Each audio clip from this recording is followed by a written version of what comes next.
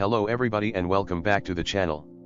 Today we will be listening to the 8th part of What If Deku Had a Game Inventory Quirk. If you enjoy, please consider liking, commenting, and subscribing down below, and don't forget to hit that bell icon so you get notified when videos go live.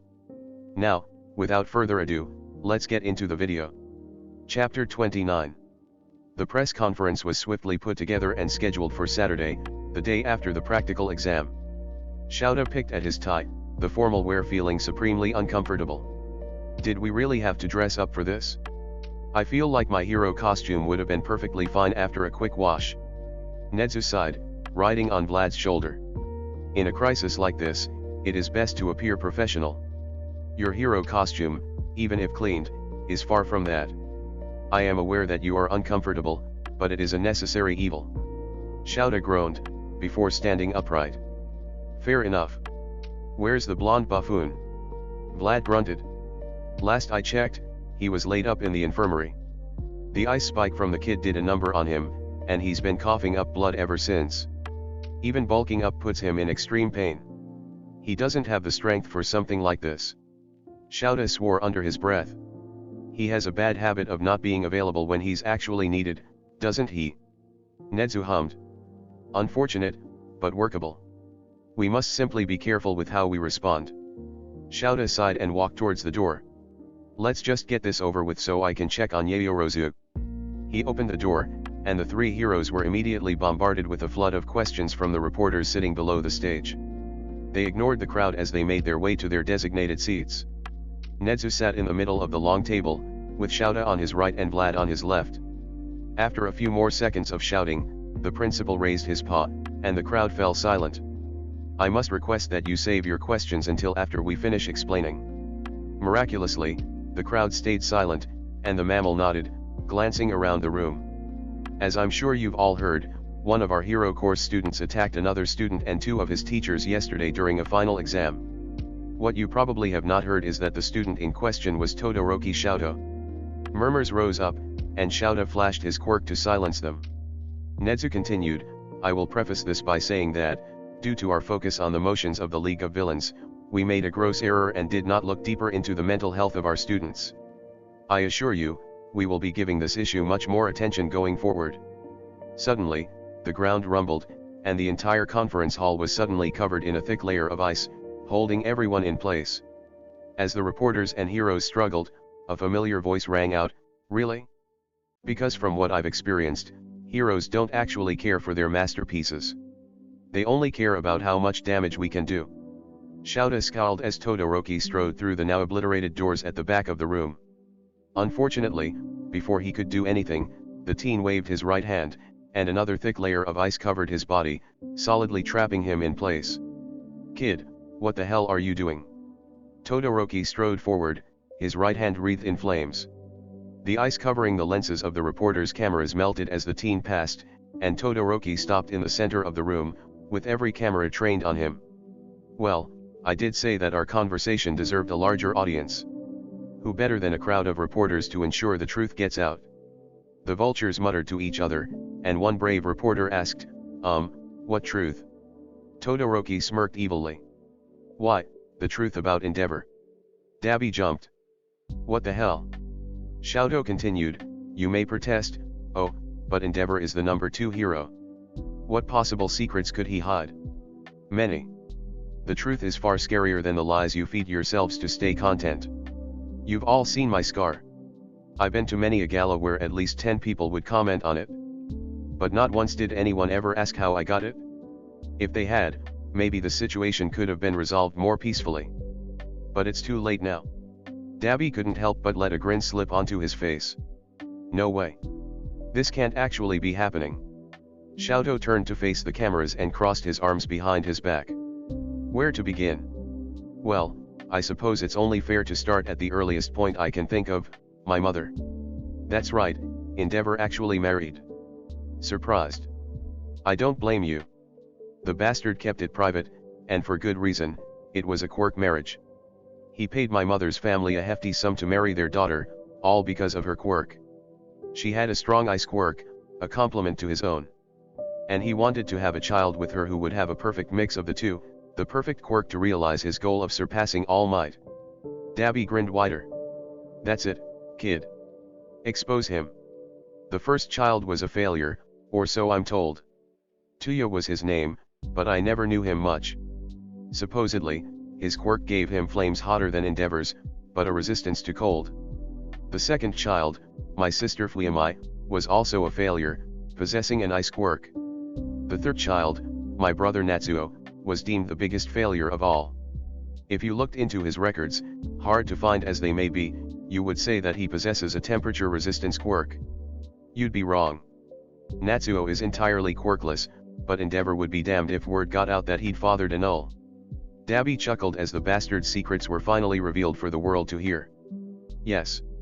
Drag him. Ruin him. When I was born, Endeavor was ecstatic. The even split of white and red hair, signifying the perfect quirk he'd dreamed of. When it manifested at age 4, that was when my training began. Day in and day out, it was always, Shouto, burn hotter. Shouto, burn faster. Shouto, be better. I was sick of it. Dabi leaned forward, grinning wider. Come on, kid. Keep going.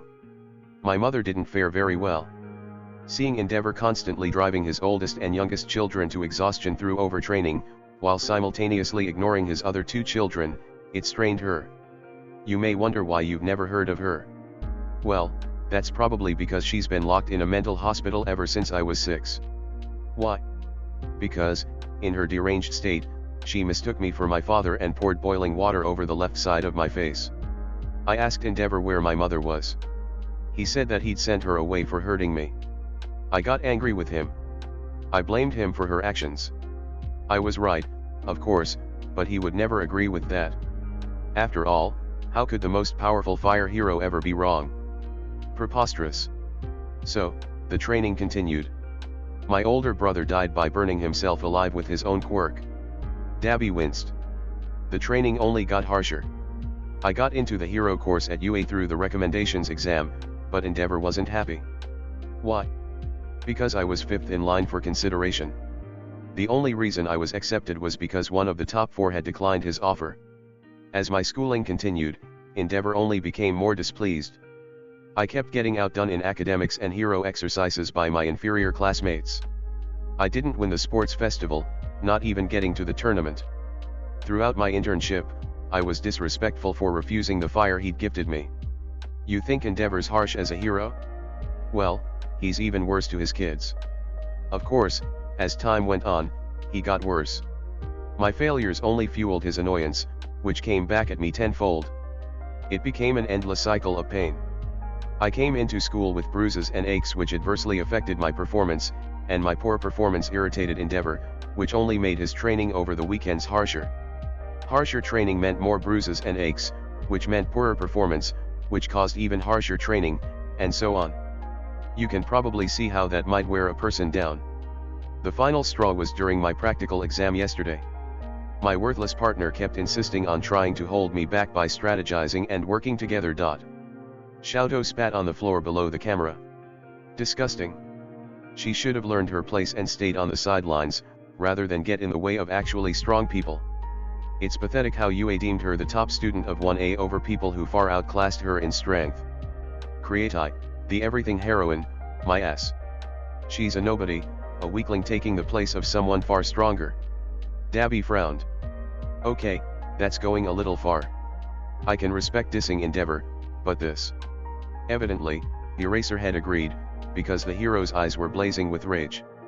Shouto continued, of course, the heroes didn't appreciate me getting rid of dead weight. Going on about attacking your partner and learning teamwork. Please. I don't need anyone else. I've had enough. Endeavor wants me to improve, to be better, to burn brighter? Fine. The teen's left side burst into flames, melting a circle of ice around his feet. Then I'll burn, alright. I'll burn my way up the ranks of the heroes. One by one, until Endeavor is forced to confront me. And then, I'll finally exact my revenge. Do you hear me, number 2? All the heroes that die to me, all the civilians that get in the way, they will be on your head. He raised his flaming left arm. The ice hero Hyuga is no more. Now, I am Terminus, the burning death of all heroes. There was a burst of steam, and when it faded, Shoto was nowhere to be seen. Dabi swore under his breath. He's taking it even farther than I did. Sure, kill the old man, but don't drag others into it on purpose. He reached for his phone, only for the door to his room to slam open. Glancing over, he saw Shigaraki standing in the doorway. What do you want, fuck Hans McGee? You're the kid's brother, right? Tuya. Dabi's eyes widened. How the fuck? Shiggy rolled his eyes. Please. Everything matches up. Your age, your quirk, your hatred of Endeavor. I'm not a fucking idiot. Dabi sighed. Fine, so I used to be Tuya. So what? So, you've gotta find him and keep him out of trouble. Dabi raised an eyebrow. He's already got the perfect quirk, and you think he needs me to protect him? If anything, he'll need more than just you. Now that Sensei knows that the kid's not under UA's protection, there's nothing stopping him from taking your brother's quirk. Especially if he offers the kid a different quirk in exchange. Dabi swore under his breath. Damn it. And he just broadcasted his entire game plan, which means every Tom, Dick, and Harry is gonna know how to find him. Besides, from what you've told me, I don't like the idea of your sensei with Shoto's quirk. Shiggy nodded. Forget waiting to see where Sensei's plan is going. I'm breaking my code and getting the fuck out of here. Stain's probably coming with, since he doesn't trust Sensei either.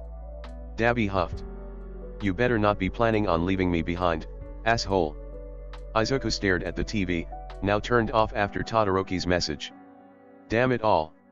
He glanced over at where Momo was laying in a hospital bed, bandages wrapped around her stomach and a breathing mask over her face.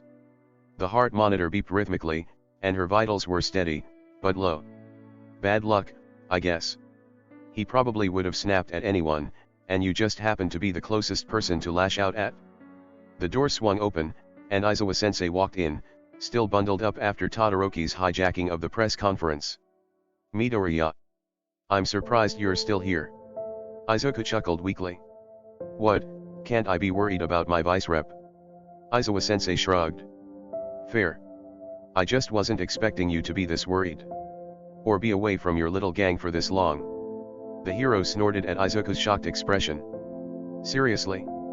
The 8 of you are together at literally every opportunity. It'd be hard not to notice.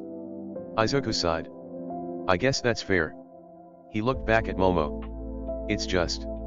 I feel like I should have done more. Aizawa-sensei raised an eyebrow. You're the main reason she's alive. Don't you think that's enough? Izuku shook his head. I knew something wasn't right with Todoroki. If I'd spoken my mind earlier, maybe it wouldn't have fallen to this. Maybe Momo would still be conscious, and Todoroki wouldn't have gone villain. Aizawa-sensei hummed and sat down in one of the chairs in the room, legs crossed. During the press conference, Netsu said that we'd be taking our students' mental health far more seriously. Part of that is mandatory therapy appointments with Hound Dog for everyone who went through the USJ attack. That probably goes double for you, considering you were the most involved out of the entire class. And that's not even mentioning the kind of shit that Aldera crammed in your head. Izuku huffed and turned towards the window. I don't know what you're talking about. Aldera's gone, and I've long since realized that they were full of shit. It's no use thinking about that hellhole anymore. Aizawa-sensei grunted. Take it from a former bullied kid, that stuff never gets out of your head that easily. Took me years of pent-up aggression before Hisashi forcefully befriended me and made me confront my issues. Besides, every hero worth a damn knows that there's no point in worrying about what-ifs or maybes. You do what you can with what life gives you, and sometimes it's a shit hand, but you've gotta deal with it. Izuku sighed. I'd call this a pretty shit hand. One classmate in a coma, another classmate now a villain, and the class rep could have prevented it all if he'd gotten over his apparent trust issues when it comes to adults. Aizawa-sensei huffed. Honestly, going off the footage that Mimoto snagged from Aldera's security cameras, I'd be more surprised if you didn't have issues with trusting adults. I'm sure that your homeroom teacher tried her best, but trauma like that sticks in your brain harder than duct tape. Izuku raised an eyebrow. You know my Wakeru-san. Aizawa-sensei nodded. Cousin. Having quirks related to other quirks is kind of a thing in my generation of the family. I think I have a half-brother living in China who powers up a person's quirk by looking at them. But yet, actually, she's the reason why your junior high got shut down at all. She was the one who started the investigation, and I was only in on it because she requested my involvement. Izuku sighed. I suppose I owe her a thank you. Not only did she give me a quirk to call my own, but she shut down my shitty junior high. Just wish she'd done the same for the elementary school, since they gave me shit for considerably longer. Aizawa-sensei chuckled. I guess you didn't pay attention to the news. Nezu ended up raising both the elementary and high schools mere weeks after the junior high, since he had suspicions that the entire system was corrupt. Mimoto blowing the whistle was the spark that started the bonfire. Izuku sighed with relief. Good to hear. Some of the teachers at the elementary school were utterly horrible. Aizawa-sensei stood up and walked forward, laying a hand on Izuku's shoulder. In the future, if you have even the barest hunch that something might be wrong with a fellow student, let me know. I promise I'll do my best to look into it. Hell, let me know if you think something might be wrong with you. I can't have my problem child, let alone the class representative, floundering on his own. Izuku grinned. Thanks, sensei. It's nice to know that there's someone who'll back me up. Aizawa-sensei snorted. I think the whole class would back you up, no matter what it was that you were planning. Toshinori nervously approached Nezu's office, and his anxiety only grew as the double doors swung open on their own. The mammal was sitting behind his desk, sipping at a cup of tea. Ah, Toshinori-san. Please, come in. Toshinori complied, sitting in the chair in front of the desk and cautiously accepting the cup of tea handed his way. Knowing Nezu's odd behaviors, he took a sip, internally wondering about the chosen flavor. After a few seconds of silence, he set the cup down on the desk and took a deep breath. I've run into an issue regarding my successor. Nezu hummed, the fur above one eye rising in an attempt to convey a raised eyebrow. And what might that issue be? Well, I was considering passing my quirk to one of the recommended students, Todoroki Shounen, or Yaoyorozu Shoujo. But recent events have forced you to reconsider, the mammal finished. Toshinori nodded and looked down at his clasped hands in his lap. Now that Todoroki Shounen has become a villain, I cannot in good faith consider him as a potential successor. Yaoyorozu Shoujo would make a fine wielder of One for All, but her current condition makes it difficult to receive her consent. However, even if the events of the final exam had not occurred, I would still be reconsidering my choices. Nezu hummed. And why is that? Because All for One is evidently not as dead as I thought he was. The mammal made a gesture for Toshinori to continue. I thought that I had killed him during our battle 6 years ago. Yet, ever since Shigaraki bragged that his Nomu had multiple quirks, I had begun to consider if I had failed. And now that I think back on what has transpired, I think it is most likely that All for One did indeed survive, and is the mastermind behind the League of Villains. Nezu sighed and took another sip of tea. Troubling indeed. Still, after you were injured by young Todoroki, you cannot muster your muscle form for even a full minute. As you are, you cannot possibly hope to face All for One by yourself. We must consider the possibility that the duty will fall to your successor. Toshinori went pale. And how would we be certain that All for One would wait long enough for my successor to be ready? Not only must we find a suitable wielder after Togata Shounen refused, but we would need to train them enough to receive the quirk, then make sure that they could properly use it.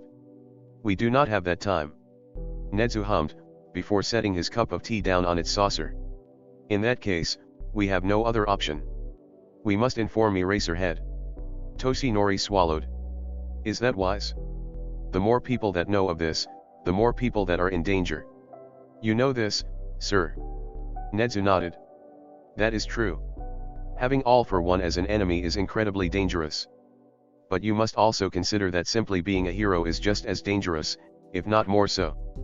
The profession already paints a target on its members' backs, and drawing All for One's ire does little to increase that target.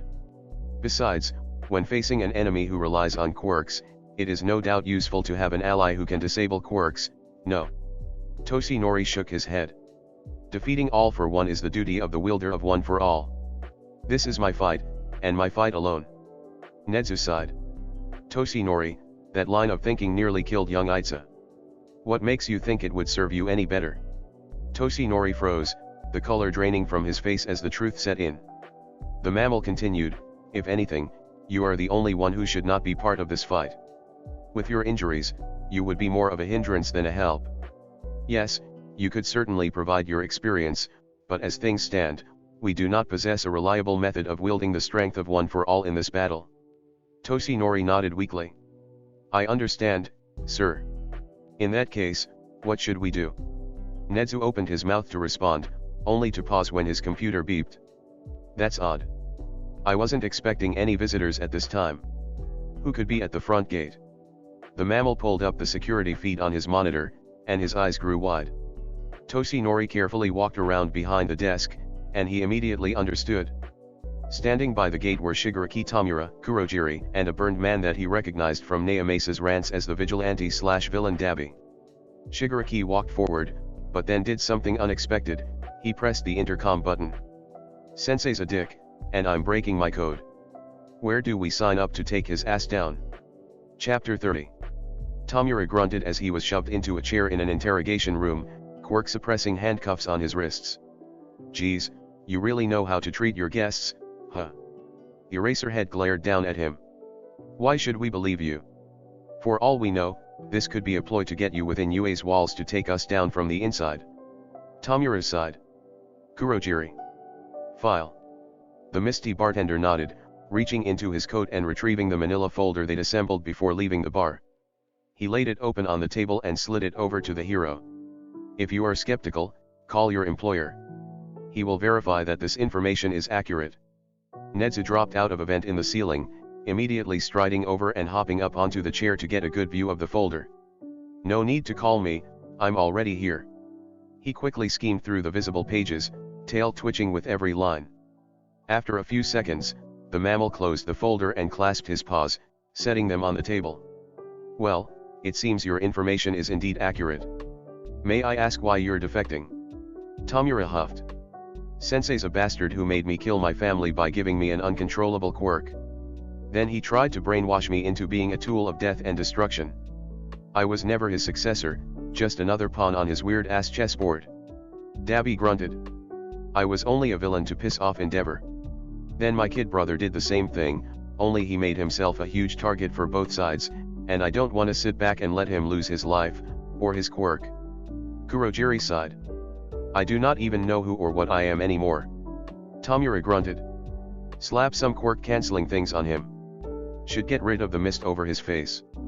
Eraserhead nodded at the detective guy standing in the corner of the room, who walked forward and produced another pair of quirk-suppressing handcuffs. Kurogiri obediently stuck his wrists out, and the detective clicked them shut, immediately stepping back. Kurogiri twitched, and the fog faded away to reveal dead eyes, cloudy white hair, and a surprisingly small body. Eraserhead breathed in sharply, his face looking like he'd seen a ghost.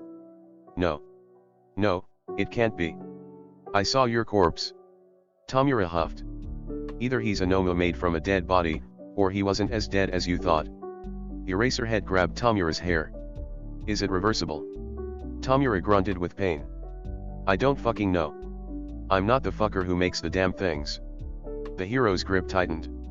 Then who does? Stop trying to pull my fucking head off and I'll tell you. Nezu raised a paw. Shout-a-kun, let go of him. Violence will not solve anything here. Eraserhead let go of Tamura's hair, breathing heavily as the detective removed the cuffs from Kurogiri, letting the mist cover his face. Tamura took a deep breath, popping his neck before sitting back in his chair. I don't know his real name, but Sensei calls him the Doctor. He's old, almost as old as Sensei. He's a total whack job, completely obsessed with his pet projects and obeying Sensei's every whim. He never leaves the secret HQ, and I don't know where it is. Probably some kind of hospital, since he loves masquerading as a kid's doctor to sniff out potentially attractive quirks to steal or use for Nomua. Nezu hummed worriedly. Do you have a physical description? Tamura nodded, reaching forward and flicking through the file folder on the table.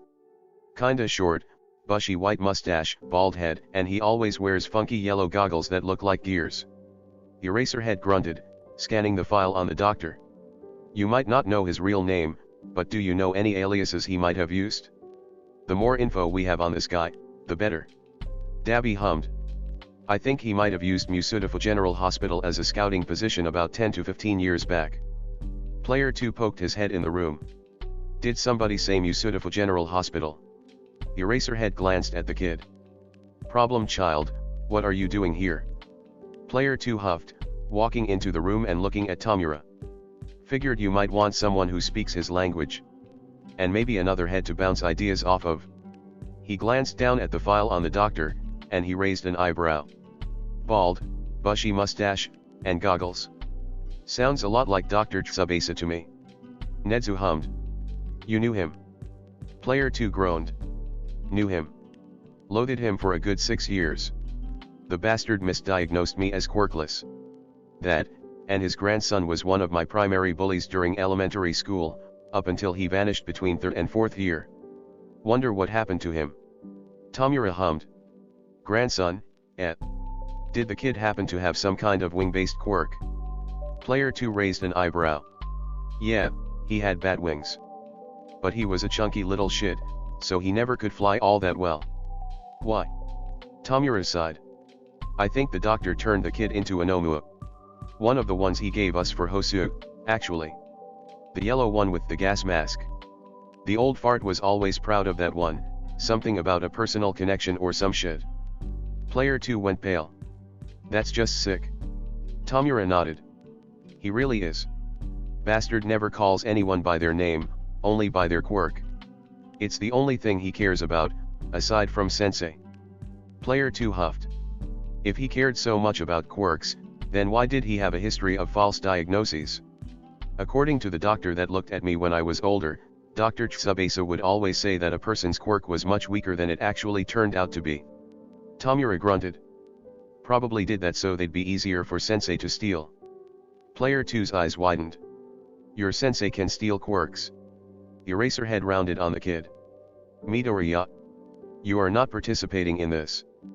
Player 2 held up a hand. Relax, I'm not planning on fighting this guy. Seems way out of my league. But I'm curious about his quirk. How does he steal quirks? Is he limited to only certain types? Is there a maximum number he can have at one time? Can the quirks be given to other people? Tomura hummed. Physical contact, no, not that I know of, and yes. Though, more than 3 quirks in a single person generally makes them go brain dead. That's where the lower tier nomas come from. High-end nomas either have fewer quirks, or their quirks merge together so they put less strain on the brain or something. I don't know shit about quirk science. Player 2 rubbed at his chin. Hypothetically speaking, if he stole a quirk that stockpiles something, would he gain the things stockpiled in it, or would he have to start from scratch? Tomura grunted. Not sure, haven't talked to him about something like that. Plus, I think he'd get suspicious if I started asking specific questions like that. He doesn't like me having a high intelligence stat. Kurogiri spoke up, speaking of being suspicious, I believe it would be in our best interests to return to the base soon. If he noticed our absence, it likely would not end well. Eraserhead grunted. True. We might be able to keep him from warping straight in, but that won't stop him from appearing right outside and bulldozing his way in, especially if he's got hundreds of quirks at his beck and call. Tomura huffed. More like thousands, but yet. We'll see what we can do about sharing more information, but for now, we'll leave you to plan. He glanced at player 2. Don't die, brat. You're the most fun I've had in ages. Player 2 grinned back at him. 2 players are much better than 1, I'll give you that. Though, I've always preferred PvE over PvP. Tomura gave a short bark of laughter. Agree to disagree, but there's nothing saying we can't party up on occasion. Dabi glanced over as the door to the bar slammed open. His eyes widened as Shouto stomped in, wearing nothing but the tattered remains of his hero costume. What the hell do I have to do to get someone to fight me? It's been a good week since that press conference, and not a single hero has come for me yet. It's like they don't even care. The teenager plopped down on one of the bar stools and grunted, "Gimme something." Kurogiri hummed. "I do not serve alcohol to minors." Shouto quirked an eyebrow, frost spreading across his right side. "Really? A hotspot for all manner of illegal scum, and you care about the legal drinking age." Dabi huffed and walked over, sitting next to his brother. "Some of us like to cling to something legal or moral. Personally, I make it a policy to not hit bystanders. They didn't ask to get dragged into my shit, so I leave them alone. Xiaodo grunted. If they get hit, it's their fault for being in the way. They should know better than to be near a fight. Dabi raised an eyebrow. You're making this too easy, kid. But since I'm feeling generous, I won't go for the low-hanging fruit. Kurogiri huffed. And because I'd rather not have the bar destroyed. Dabi chuckled. And that? Xiaodo swiveled in his seat to glare at Dabi. You sound familiar. Familiar and annoying. Who are you? Dabi crossed his arms. I go by Dabi. I'm known for my grudge against the number 2 asshole. Haven't gotten a chance to face the big guy myself, but I figure it's only a matter of time. Xiaodo grunted and turned back to the bar. Don't get in my way. Endeavor is mine to kill. Dabi sighed and grabbed Xiaodo by the arm, yanking him off the stool and dragging him up the stairs to his private room. As soon as the door shut, Dabi released him and turned around, falling backwards to land on his bed. Kman, show, let your big brother get a piece of the action. Xiaodo huffed. You're not Natsuo. Why should I care? Dabi sighed and stood up, walking over to the sink in his room and grabbing the bottle of dye remover. He stuck his head in the bowl and emptied the bottle over his head, watching the black dye run down the drain. He stood upright, looking at his snow-white hair in the mirror. Behind him, he saw Xiaodo stare at him without a hint of understanding. Dabi sighed. You really forgot about your training buddy. I'm hurt, Xiaodo scoffed. So you just happen to look like Tuya? That doesn't prove anything. He died years ago. Dabi turned around and leaned back against the sink, setting the bottle of dye remover down next to the faucet. He held up one hand, and blue fire burst to life in his palm. Not quite. After a few seconds, he hissed in pain and cut the fire off, wincing as smoke rose from his freshly burned palm. Xiaodo's eyes widened, then narrowed. So you survived? Why the hell didn't you come back? Dabi huffed and sat down on the floor, leaning against the wall.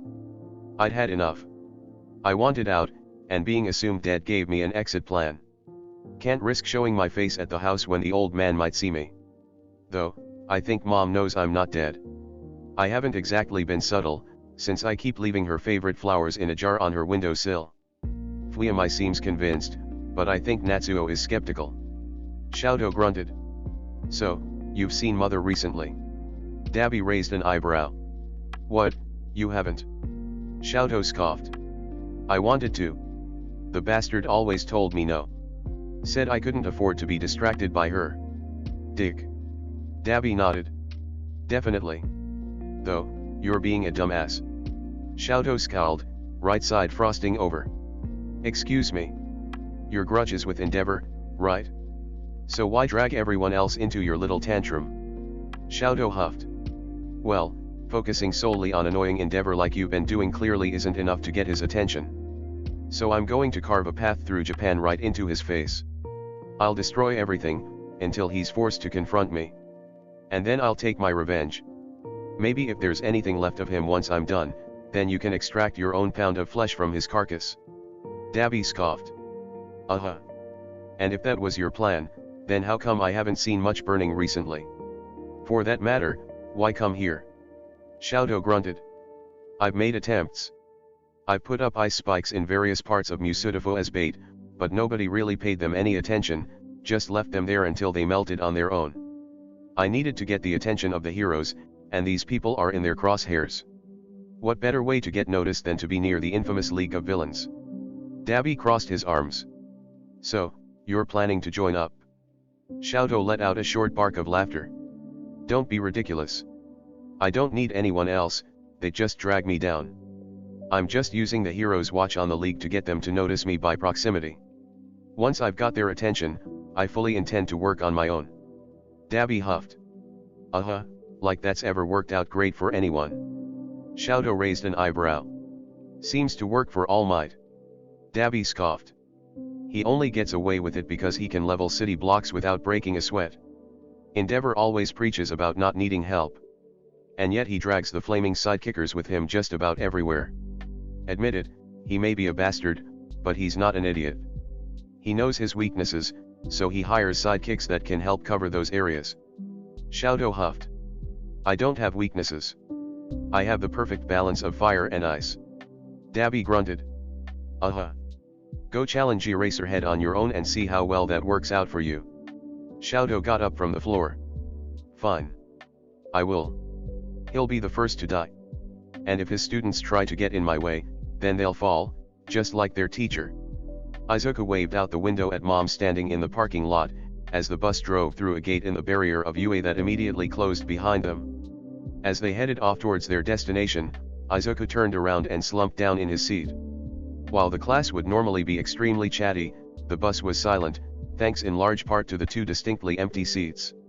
Todoroki's attack and Momo's condition were at the forefront of everyone's minds, bringing down the mood substantially. Izuku sat by the window and stared out at the passing scenery, and he couldn't help but think about how things might have been different if just a few things had changed. Maybe if Todoroki had gotten to the tournament round, Endeavor wouldn't have been as pissed and wouldn't have pushed Todoroki as hard. Maybe if he'd gone with someone else for his internship, he'd have gotten a break from training and calmed down enough that he would have been cooperative during his final exam. Maybe if I'd swallowed my anxiety and fucking spoken up, he would have gotten the help he needed earlier and Momo wouldn't be in a goddamn coma. There was a light chop to the top of his head, and he glanced away from the window to see Katsuki standing in the aisle with his arms crossed. I could feel you self-deprecating from the front of the bus. Cut it out, you'll only make yourself feel worse. Izuku grunted and turned back to stare out the window. That's a tall order, considering how bad I already feel. How the hell can I call myself a class rep if I can't bring myself to open up about possible issues with my classmates? Katsuki huffed. You're being a dumbass.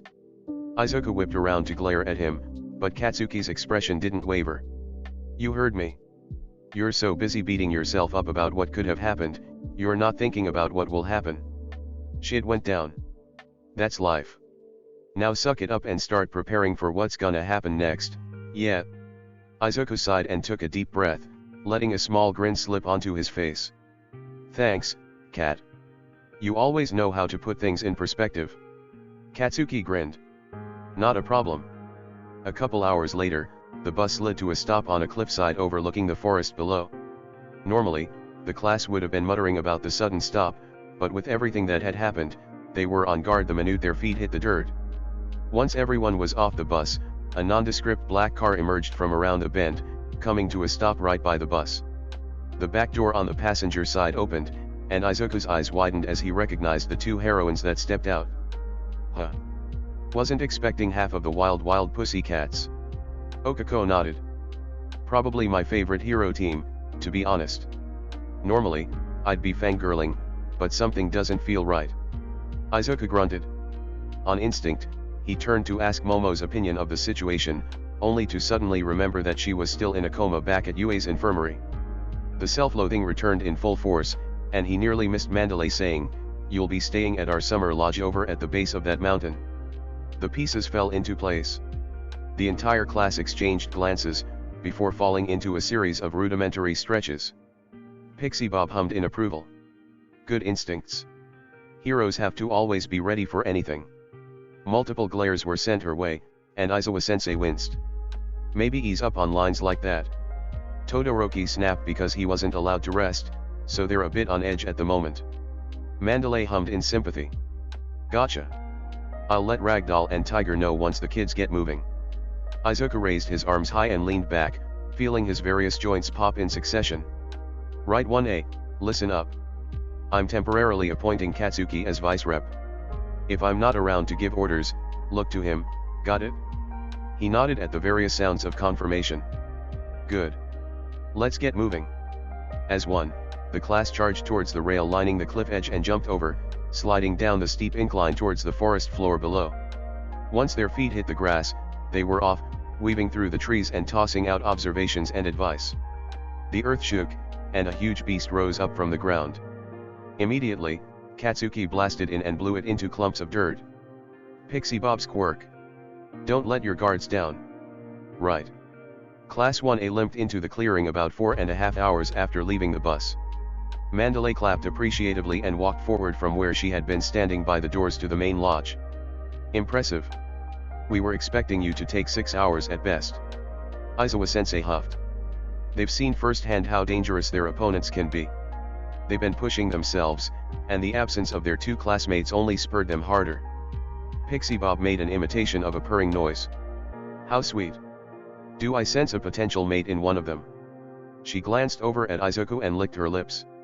Izuku made a groaning noise, and Kaka glared daggers at the heroine, stomping over and jumping onto Izuku's back.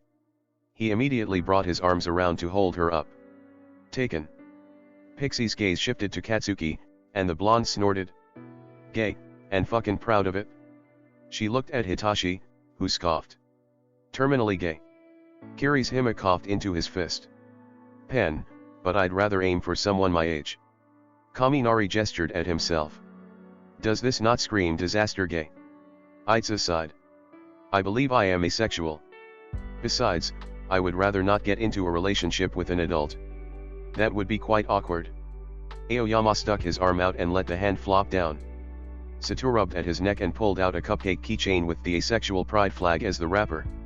Xiaoji coughed into his fist and subtly pointed at Satoru's keychain, and most of the other boys followed suit. Dark Shadow appeared from under Fumikage's shirt, pointed at their host with one hand, and mimicked Aoyama's gesture with the other. Kauta hastily signed, I'm straight, but I'd rather be with someone less loud. Pixie Bob sighed in defeat. Fine. Maybe someone in 1B. Aizawa-sensei groaned and dragged a hand down his face. Ryoko, drop it. They're kids. If you really want to date someone so badly, ask Nemuri for help. I know for a fact she'd be more than willing to. He turned to the rest of the class. Get inside. There's a split hot spring, so freshen up. We have a packed curriculum planned for this week, and we'd like to get things going as soon as possible. The class slowly filed into the main lodge, lured by the promise of soaking in hot water. A kid with a horned red hat stood by and watched with a scowl on his face. Stupid heroes. Chapter 31.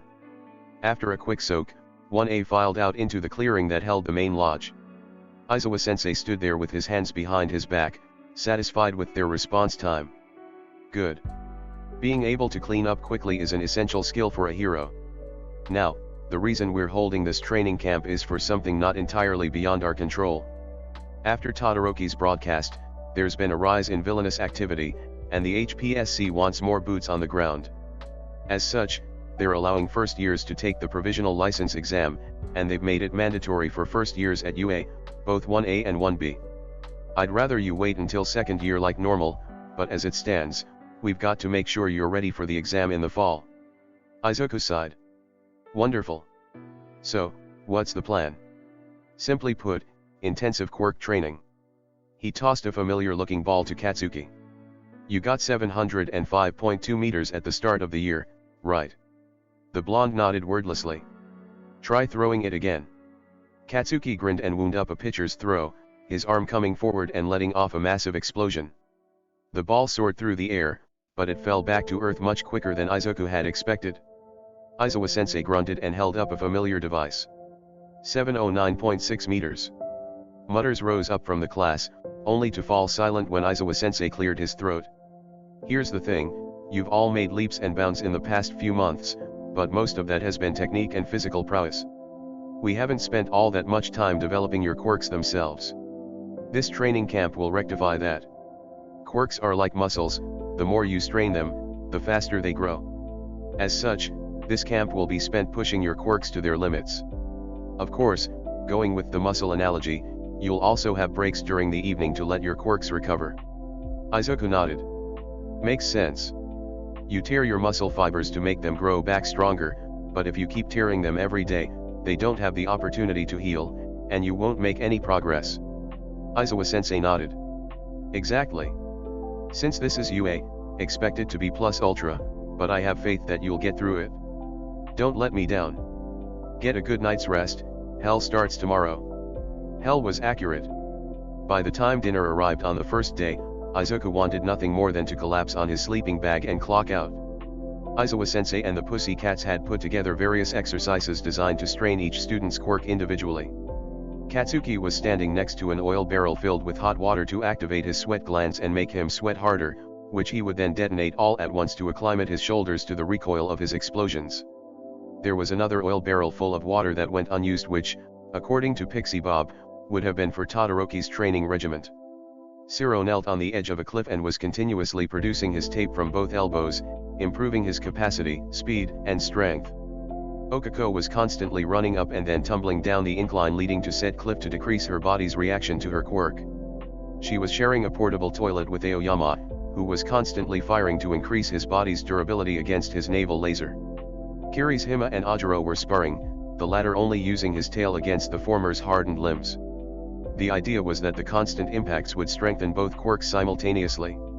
Similarly, Kauta and Hitachi were increasing the hold of their quirks against each other. Kauta would order the animals to charge at Hitachi, who would attempt to get them to growl or roar at him to take control of their minds, which was something they discovered he could do after a night of experimenting with Izuku. In addition, Shaoji and Hagakure were training together, with the former creating more and more limbs to try to spot the latter. Kaminari was running his electricity through a large battery to try and increase his body's resistance to his quirk, but he was also instructed to constantly switch between concentrating his electricity in his hands and coating his whole body with it to fine-tune his control. Similarly, Fumikage was sitting outside a cave with Dark Shadow scouting inside of it. The goal was for Dark Shadow to gain full control of their emotions in full darkness, and for the pair to improve their capability to communicate telepathically with each other. Tsu was climbing up and down a cliff face with her tongue and sticky fingers to work out all of the muscles in her body. She was also producing her paralyzing mucus at various spots on her body to try and improve its efficacy. In a similar vein, Ashido was standing against said cliff face and constantly producing acid, increasing both its potency and her body's resistance to it. Kyuka was standing next to her, stabbing her jacks into increasingly higher and higher points on the cliff to increase the length they could stretch, as well as making the jacks more durable. Aitsu was simply doing sprints around the large clearing, aiming to increase his engine's speed while also increasing the time it took for them to overheat. Sato and Izuku were standing at a table filled with food items. Sato was lifting a large dumbbell as he scarfed down slices of cake, in an attempt to both increase his quirk's strength enhancement and decrease its fuel requirement. Izuku was eating high-calorie sweets while constantly producing and discarding various items, attempting to decrease the time it took to make them, increase their durability, decrease the amount of lipids it took to make them, and possibly increase the number he could equip simultaneously. In the evening, after they'd finished training for the day, they were instructed to put together a meal of curry and rice under the Pussycat's guidance. Thankfully, the heroes didn't need to do much guiding, because Izuku and Katsuki quickly took charge and began directing everybody with experience born of several camping trips over the years. As the class dug in, Izuku glanced over at the long table set next to the food truck. He could see that the two ends were covered with crumbs, while the center was jarringly clean. The topic had come up at lunchtime, and Pixie Bob had admitted that the table had been designed to hold a third person, Momo. Izuku felt another spike of guilt drive through his stomach as he thought about it. She could have been here. She and Todoroki could have been with us today if I'd done something. Firm hands grasped him and set him upright on the bench. Katsuki's voice broke through the fog of his mind as he said, "I told you, no more self-deprecating." Izuku huffed and leaned forward, crossing his arms on the picnic table and resting his chin on top. Rational brain knows that.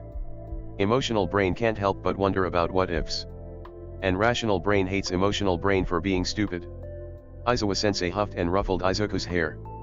Emotions are pretty stupid, I'll give you that much. But Bakugo's got a point. You can't change what happened, all that you can do now is prepare for what will happen next. Got it, problem child. Izuku sighed and nodded.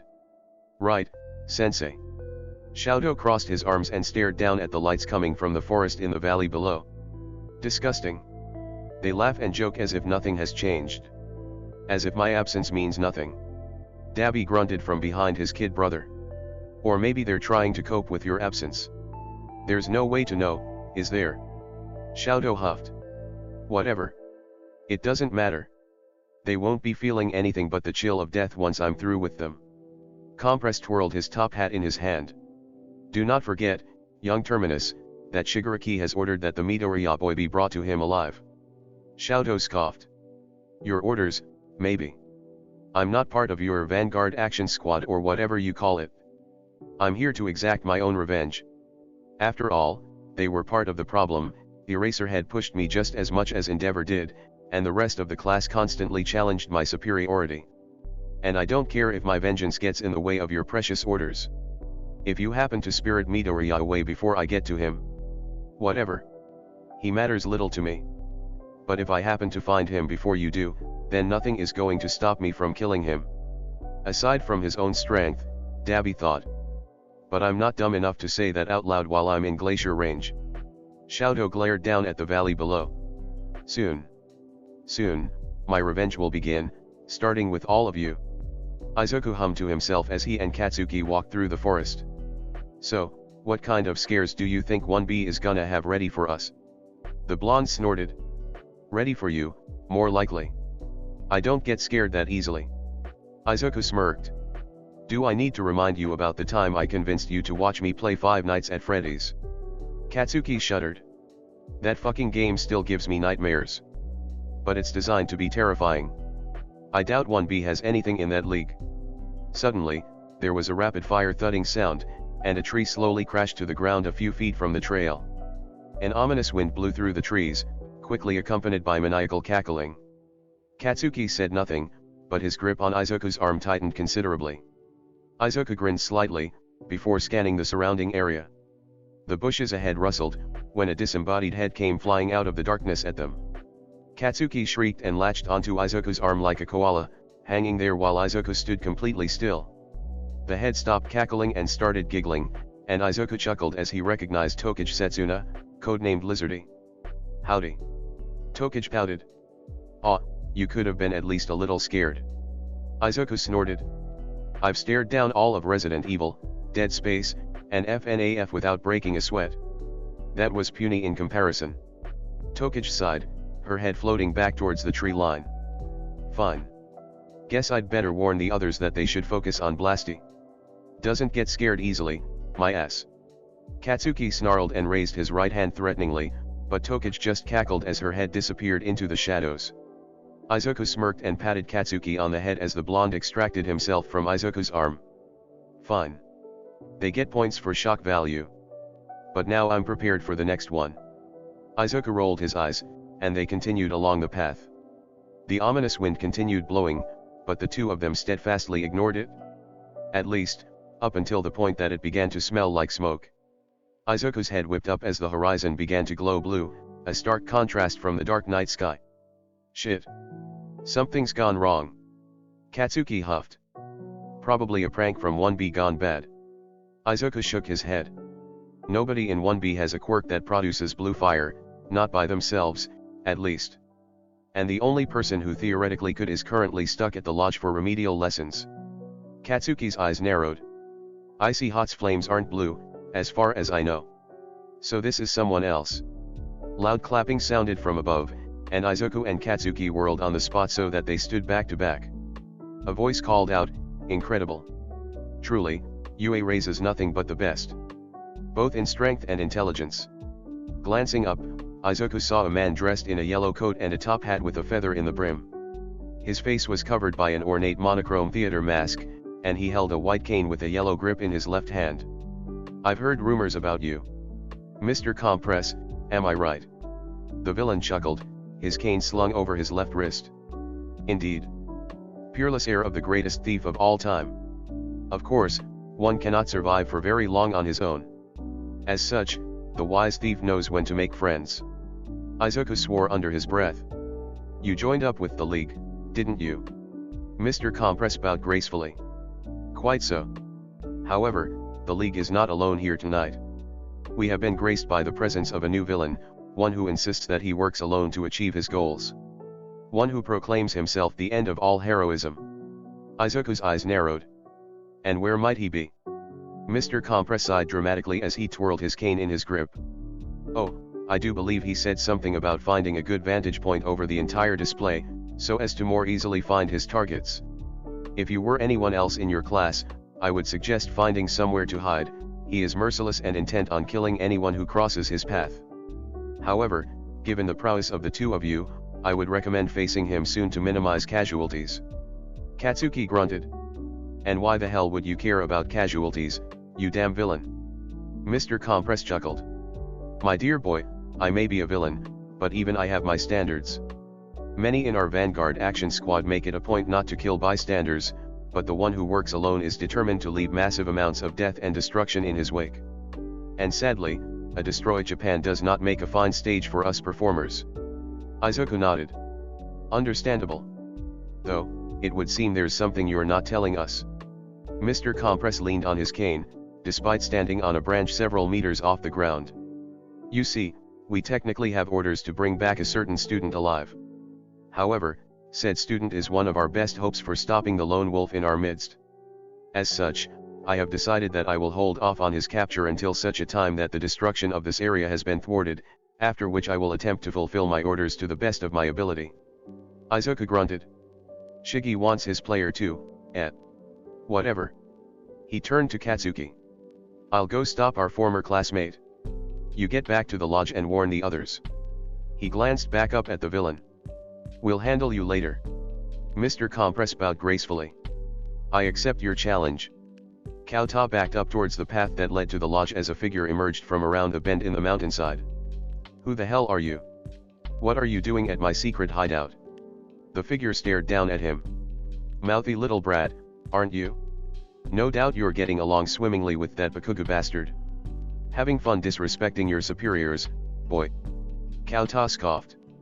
They're all stupid. Trying to go out and be heroes. They're just gonna get themselves killed. The figure huffed. Well, be happy. I'm not going to make them wait to be heroes first before they die. You're welcome to watch from up here. Kauta froze. He's gonna kill them? Is this guy a villain? The figure stared at him, and he swallowed nervously. Who are you? Really? After my announcement the other week, I had thought that people would be aware of me. Certainly after I took over UA's press conference. Kauta grumbled, I didn't watch it. UA is stupid. All the heroes are stupid. They just go out and get themselves killed all the time. It's dumb. The villain scoffed. Maybe if you're a weakling. If I had continued as I was, I wouldn't have died. I would have survived, and annihilated anyone who stood in my way. I suppose that is still true, only now my wrath will extend to the heroes as well. There was a blur and a gust of wind, and the Midoriya guy was suddenly standing between Kauta and the villain. Pick on someone your own size, Todoroki. Don't take out your problems with your dad on some random kid. The villain, apparently named Todoroki, huffed. Midoriya. How very foolish of you to come directly to me. You'll be the first to die, followed by the rest of the class. Midoriya snorted, and two wooden hammers appeared in his hands as a wooden hog mask appeared on his face.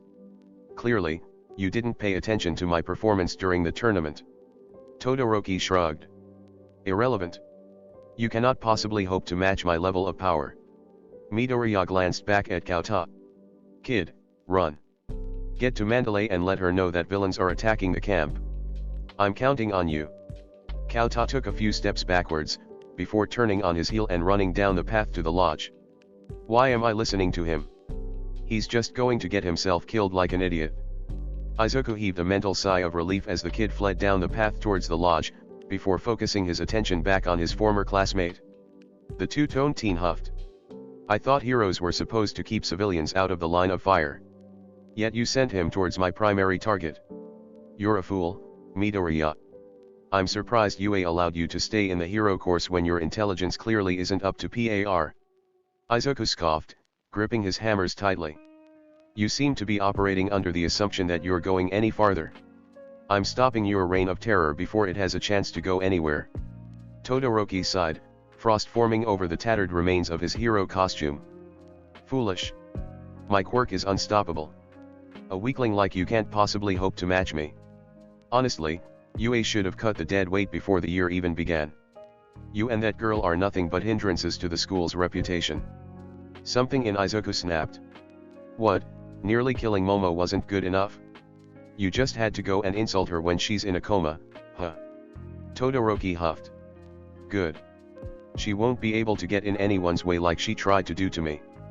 A loud gunshot rang out, and a line of red mist hung in the air right by Todoroki's head. The other teen didn't move as Izuku slowly lowered the sniper rifle in his right hand, one of his hammers still clutched in his left. That was a warning shot. Insult Momo one more time, make a single move to harm anyone else, and you've officially surrendered any chance of ending this peacefully. Todoroki scoffed. Warning shots usually imply that the sender is a threat to the receiver. Besides, why would I ever want to return to a system that has every intention of weakening me?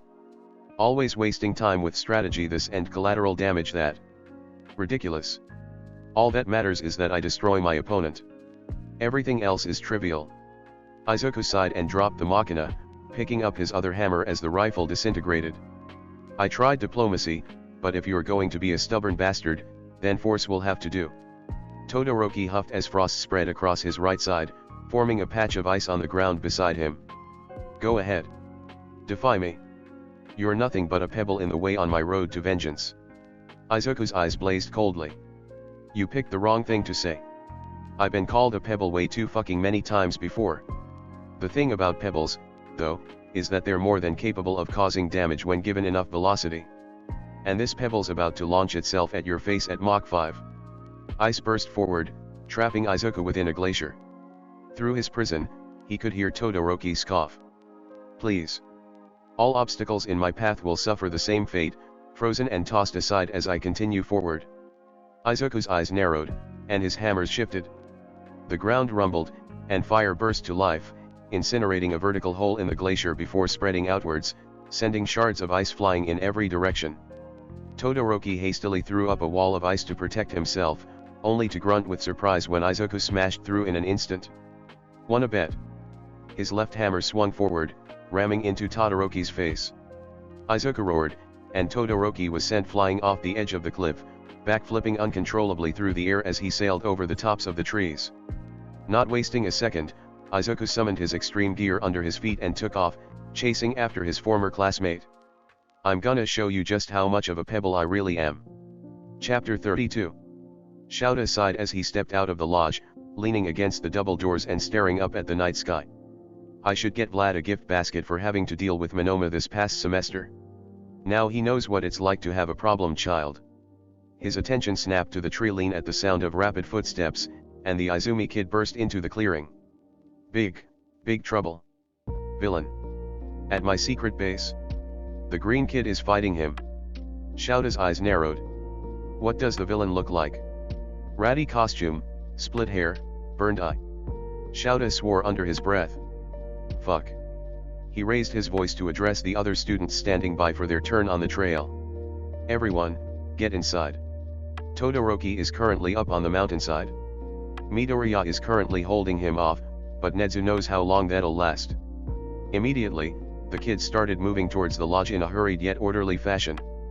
Shouta nodded in approval, and his gaze went back to the kid standing in front of him. You get inside, too. Unlike the other brats, you aren't trained.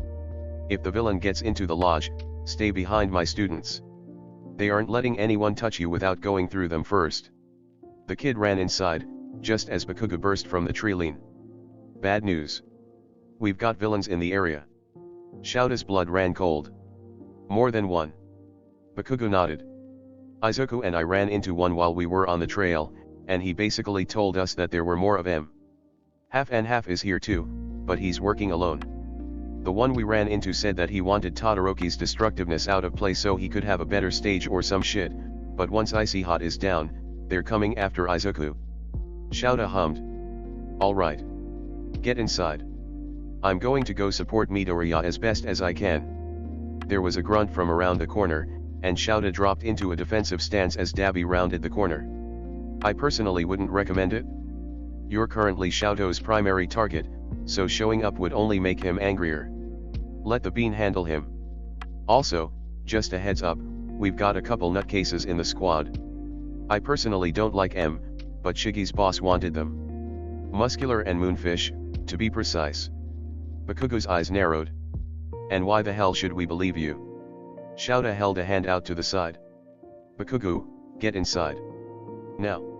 The blonde huffed, but did as he was told. Once the doors closed, Shouta straightened and walked up to the burned man. You claim to be defecting, yet you're here leading an attack on the students. You're sending a lot of mixed signals. Dabi shrugged and stuck his hands in the pockets of his coat. Didn't want to make Sensei suspicious.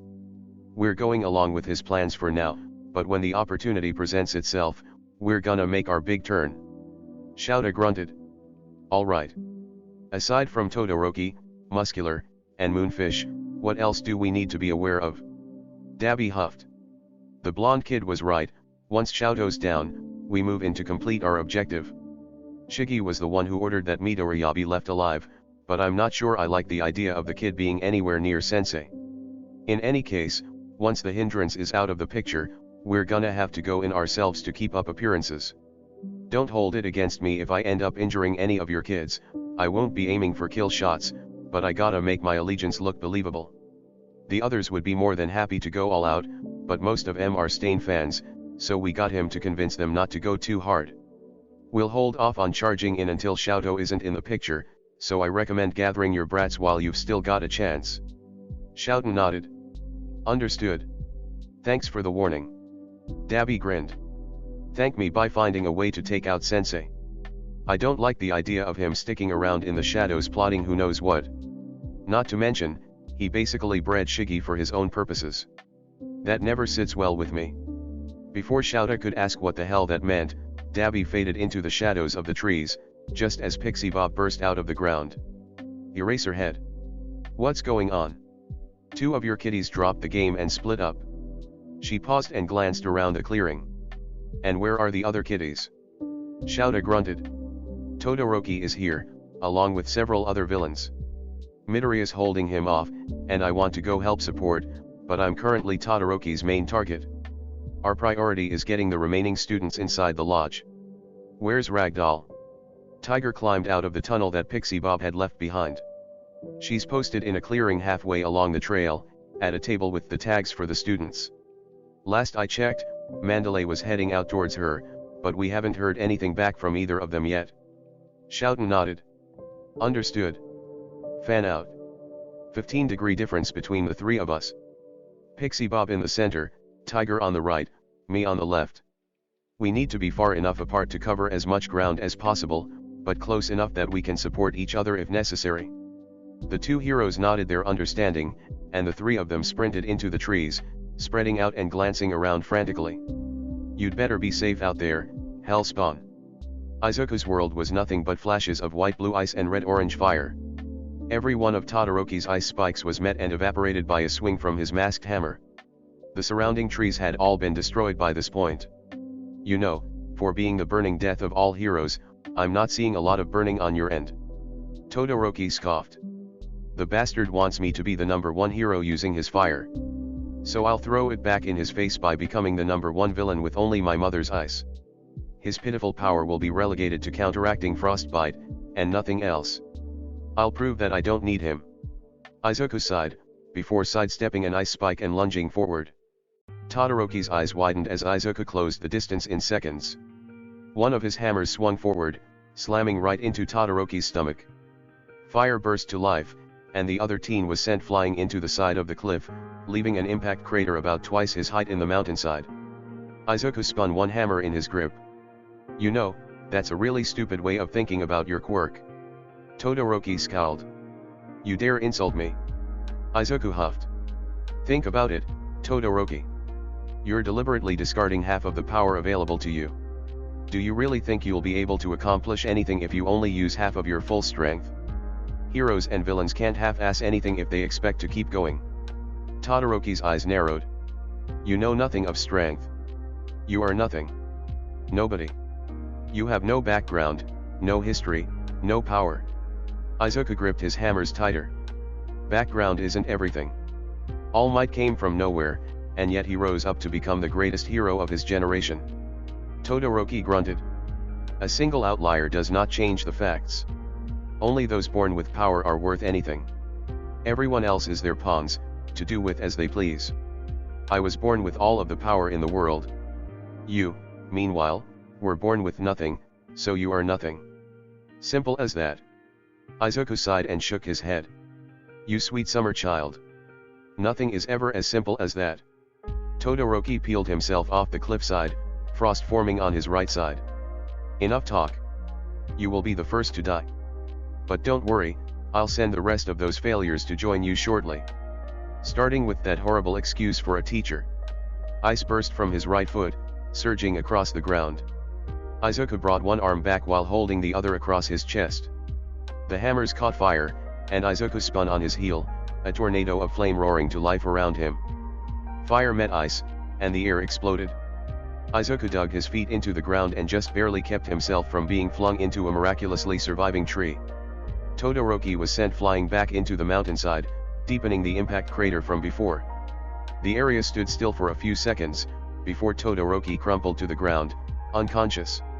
Izuku heaved a sigh of relief and let his hammers drop to the ground, walking up to the other teen's prone form. He reached out a hand to grab Todoroki's wrist, only for the ground to rumble. Huh. His instincts flared, and he jumped back as a gray blur smashed into the cliff face, showering him with a spray of rubble. As the cloud of dust began to settle, a large figure in a gray cloak stepped forward. Dabi said we could move in once the dumbass was down. Well, he's down. Time for some old-fashioned carnage. Izuku's eyes narrowed. Muscular. S-ranked villain and known serial killer. Your convoy to Tartarus a week ago was intercepted and destroyed, and you escaped in the aftermath. I'm guessing you ended up with the League of Villains. The man laughed, tossing aside the cloak. Man, Shiggy was right about you. You're pretty damn smart for a brat. Let's see if you can put your money where your mouth is. Izuku sighed, and green balls of light coalesced into his right hand, forming into a black baseball bat with red grip tape and yellow circles close to the end. He quickly glanced around, before his eyes zeroed in on the horizon. Tartarus should be in that direction. Muscular paused. Huh. In the blink of an eye, Izuku was standing right in front of the villain, already leaning back in a perfect batter's stance.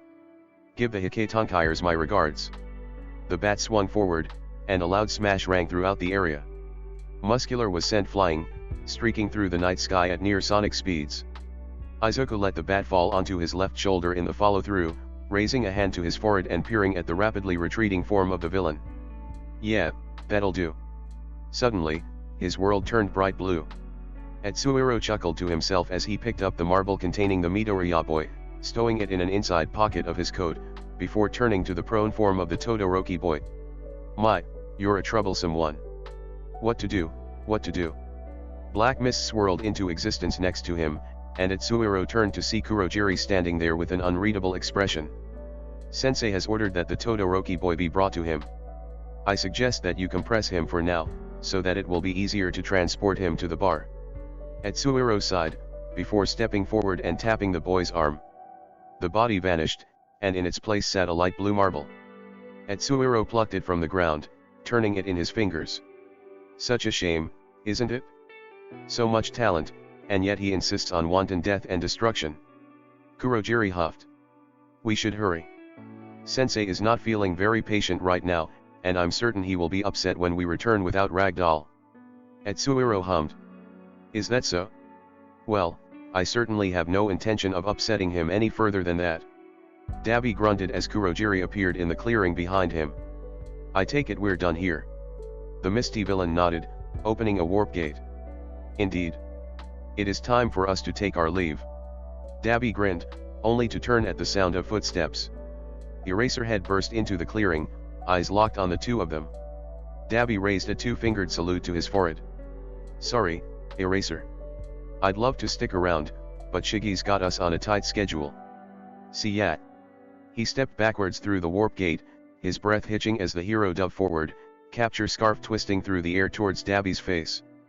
Thankfully, the warp gate closed as he stumbled into a bar stool, drawing a couple of stairs from the others as he caught his breath. Compress pulled his mask off, sporting a concerned expression. Are you all right, Dabi? Dabi nodded, collecting himself and sitting firmly on the stool. I'm fine. Just had a close encounter with Eraserhead on the way out. One of their younger recruits called Mustard scoffed. Can't have given you too much trouble. If he was anyone dangerous, I'd have heard of him already. Dabi glared at the kid and opened his mouth to retort, but the crackling sound of static from the TV in the corner drew everyone's attention. Enough. Did you manage to claim your prize? Compress nodded, pulling a marble out of his coat. We managed to capture a student, but unfortunately, Ragdoll escaped our grasp, and we lost Muscular and Moonfish. Kurogiri has also informed me that you wish to meet with our acquaintance. With a flourish, he pulled another marble out of a different pocket, tossing it on the floor and snapping his fingers. The marble burst in a shower of blue sparkles, and Shouto lay there on the floor of the bar, unconscious. All For One hummed in disappointment. A shame. It appears he was bested by one of the students. No matter. Kurogiri, bring the boy to me. Tamura, you may do as you wish with your target. The TV shut off, and Shoto's body fell into a warp gate on the floor. Dabi felt something in his chest pinch. Don't die on me, kid. I'll be damned if my baby brother gets killed on my watch. Shoto bolted upright, immediately taking a defensive stance when he didn't recognize his surroundings. What is this? Where am I? A low cough drew his attention to the other occupant of the room, a man missing the entire upper half of his face, sitting in a wheelchair and strapped to a life support system. Greetings, young Todoroki. You've caused quite a splash in the underworld. I simply had to meet you myself. Shoto's eyes narrowed. Who are you? The man smiled. You may call me All For One. Shoto huffed. Impossible. All For One is a myth. If there was truly a man with the power to take quirks, he would already be living like a king. The man chuckled. I did, once. But then that infernal All Might appeared and reduced me to what you see now. I have chosen to rule from the shadows, building up my resources until the time was ripe to strike back against that blonde buffoon. Shoto scoffed. Foolish. It is the right of those with power to conquer those without. And a man with multiple quirks is the most powerful of all. To sit back and let others claim your deserved position is cowardly. The man frowned, and the air grew cold. I suggest you watch your tone, boy. Shoto crossed his arms. Prove it. Remove my father's fire. It is a curse upon me. It holds me back, even if I do not use it. If you are truly the villain of legend, then surely such a task would be child's play. The man raised his arm, and Shoto's face was pulled into the man's grasp. Red light filled his vision for a few seconds. When it faded, he slumped to the ground, still conscious, but without the strength to stand. The man before him flexed his hands, and fire sparked in his left palm. Shoto smirked, only to pale when ice formed on the man's right arm. Goodness, what a marvelous quirk. I must thank Endeavor for delivering this power to me. Shoto pulled himself up, leaning against the nearest wall for support.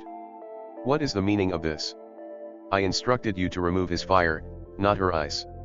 The man tooted. You naive fool. The fire and the ice are two parts of a magnificent whole. You only ever had a singular quirk, and yet you squandered its potential over a simple resemblance to hell flame. Shoto scowled. I demand that you return my mother's ice to me. All For One side, standing up from his wheelchair. His fingers turned black with red lines running along them, before they elongated into thin rivets and stabbed Shoto through the shoulders, pinning him to the wall. He cried out in pain, and All For One walked forward, emanating an air of danger. You demand nothing, child. You hold no power over me. Even if you still had your quirk, you still would not have had the strength to make demands of me. My quirk cannot be beaten. It is perfect. All For One scoffed. Foolish child. No quirk is ever truly perfect on its own. But that is the beauty of my own power. Rest assured, your quirk will be put to good use. Unfortunately, I cannot trust you to be able to use it properly, and so it will remain with me. Through the pain, Shoto managed to glare at the villain. Then kill me. Without my quirk, there is no reason for me to continue living. Without power, I am worthless. All For One tooted. Normally, I would, with nary a thought. But after such blatant disrespect, killing you would be a mercy. I heard that a peer of yours was berated and abused every day of his life because he was believed to be quirkless. Why don't you see what that's like for yourself? The pain flared, and Shoto's eyes rolled back in his head as he fell unconscious, again. The last thing he heard was the soft laughter of the monster who took everything from him. The moment Izuku was released from his prison, he came out swinging with the home run bat still in hand. However, it was immediately caught and disintegrated. Geez, chill. Nobody's hurting you while I'm in charge, player 2. As Izuku's other senses caught up to his instincts, he registered that he was standing in the middle of a bar, with Shigaraki sitting on a bar stool in front of him. Kurogiri was behind the bar, scrubbing at a glass with a clean rag. Dabi was sitting a couple stools down from Shigaraki, and other villains were sitting in the various booths. After taking in as much information as he could, Izuku backed up a couple paces and took a deep breath, before plopping himself in the closest empty booth. "What do you want, Shiggy?" the villain sighed, glancing over at the TV in the corner. "Sensei told me to grab someone from your class." He never specified, so I figured I'd go for someone I could actually fucking tolerate. Izuku grunted, taking in the identities of the others in the bar. There was a kid wearing a junior Higekuren and a gas mask, polishing an old-fashioned revolver in a nearby booth. In the corner was a lizard man running a cloth over a giant blade made of smaller blades secured together by belts. At the bar sat a man wearing a black jumpsuit, red bracers, and a gray mask with white eyes. Hanging from the chandelier by her legs was a blonde girl around Izuku's age, wearing a strange apparatus around her neck with a wide, fanged grin on her face. In another booth, there was a muscular person holding a large object wrapped in cloth. Finally, leaning against the door to the upstairs was Mr. Compress, watching Izuku with interest. Somebody's beefed up their selection process for new units. Finally going for quality over quantity, I see. Shigaraki shrugged. After the utter failure at the USJ, I figured a few S-rank units would have better DPS than dozens of D-rank units. Izuku leaned back in the booth, lacing his fingers together. "So, did your sensei tell you what to do if you succeeded, or?" Shigaraki opened his mouth to respond, only for a cloud of black sludge to form in the air in the middle of the bar. A couple seconds later, the unmistakable form of Todoroki fell out, slamming face first into the floorboards. Kurogiri sighed as the sludge disappeared. "It seems sensei has finished his business with him. I'm surprised he's still alive." Todoroki bolted upright, kneeling on the floor and gasping as he clutched at his forearms. "My quirk. That bastard took my quirk." Dabi choked on his own spit as the rest of the bar glanced around at each other. Before anyone could say anything, the TV in the corner flickered on to reveal an audio-only screen. A distorted voice rang out, "Ah, you must be Tomura's coveted player too. I'm afraid I don't have the pleasure of knowing your name, young man." Izuku huffed. "I'm not dumb enough to give out personal information like that. Call me Save Point." Clapping could be heard from the other end. "Goodness, UA truly does know how to weed out the brightest from the pack." Izuku grunted. "In any case, you wanted someone from my class." "Why?" Sensei huffed. "So impatient. Can't an old man build up to a dramatic reveal anymore? Still, I suppose I'll allow it. You see, I've heard of many rumors surrounding a certain UA student, and I wish to learn the truth for myself. What better way than to hear from someone who knows them?" Izuku raised an eyebrow. "Well, how much I'll tell depends on the student in question." Sensei chuckled. "How cute. You actually think you have a choice in the matter?" "Kurogiri, send the boy to me." The misty bartender jolted. "Of course, sir." A warp gate formed underneath Izuku, and he nimbly dropped through, landing on his feet in an enclosed room. There wasn't a single entrance, not even a window, and the only source of light was a single bulb in the center of the ceiling. Izuku's attention was drawn by the man sitting in a wheelchair before him, strapped to a life support machine and missing the upper half of his face. "Yeesh. Where'd your face go?" Sensei huffed. "You have All Might to thank for my current state. Our battle 6 years ago reduced me to what you see now. But enough about me." One hand reached out, and an invisible force pulled Izuku's face into Sensei's grip. "You will surrender to me all you know about this creati." There was an immense pressure on all sides of his head, and Izuku lost consciousness. "Alright, that's where we'll leave off for the day. Thanks so much for listening along with me today. If you enjoyed, please like and comment down below. It really helps with the algorithms. I look forward to seeing you next time. Ciao for now, lovelies.